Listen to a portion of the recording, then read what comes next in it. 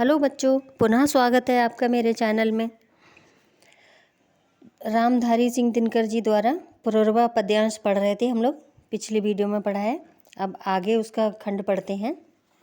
सामने टिकते नहीं बनराज पर्वत डोलते हैं, कांपता है कुंडली मारे समय का ब्याल। मेरी वहाँ में मारुत गरुण गजराज का बल है, मर्त्य मानव की विजय का तूर्य हूँ मैं। उर्वशी अपने समय का सूर्य हूँ मैं, अंधतम के भाल का पावक जलाता हूँ, बादलों के शीश पर स्यंदन चलाता हूँ। चलिए पहले शब्दार्थ देखते हैं। ब्याल कहते हैं सर्प के लिए, मर्त्य कहते हैं मरणशील, तूर्य माने तुरही और स्यंदन माने रथ। पुरर्वा उर्वशी के समक्ष अपनी सामर्थ्य का वखान करते हुए कहते हैं, यानी कि उर्वशी को वह अपने सामर्थ्य बताते हैं कि उनमें कितनी ताकत है, क्या उनका बल है, वो सब अपने बारे में बताते हुए कहते हैं कि हे उर्वशी, सामने टिकते नहीं वनराज पर्वत डोलते हैं, कि मेरी शक्ति के समक्ष वनराज सिंह भी नहीं ठहर सकता, है ना।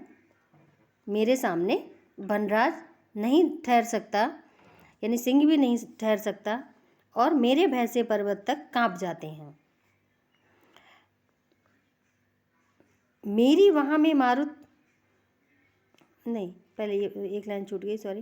कांपता है कुंडली मारे समय का व्याल, कहते हैं कांपता है कुंडली मारे समय का ब्याल। वो कहते हैं समय रूपी जो सर्प है वो कुंडली मारकर कांपता रहता है ना। वो अपनी ताकत से परिचय कराते हैं, उर्वशी के लिए अपनी ताकत का परिचय देते हैं कि हे उर्वशी, मेरी शक्ति के समक्ष वनराज सिंह भी नहीं ठहर सकता, मेरे भय से पर्वत तक कांप जाते हैं, तथा समय रूपी सर्प कुंडली मारकर कांपता रहता है। आगे कहते हैं कि मेरी वहाँ में मारुत गरुण गजराज का बल है, मेरी भुजाओं में मारुत यानी वायु का, गरुण और हाथी का बल है।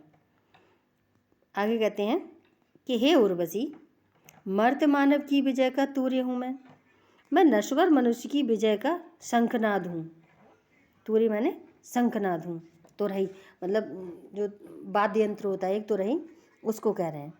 अर्थात मेरी शक्ति इस संसार में मानव की वीरता का परिचय देने वाली है, और मैं उस समय को आलोकित करने वाला सूर्य हूँ, है ना। उर्वशी अपने समय का मैं सूर्य हूँ। अंधतम के भाल पर पावक जलाता हूँ, मैं अंधकार के मस्तक पर अग्निशिखा प्रज्वलित कर उसका विनाश करने में सक्षम हूँ।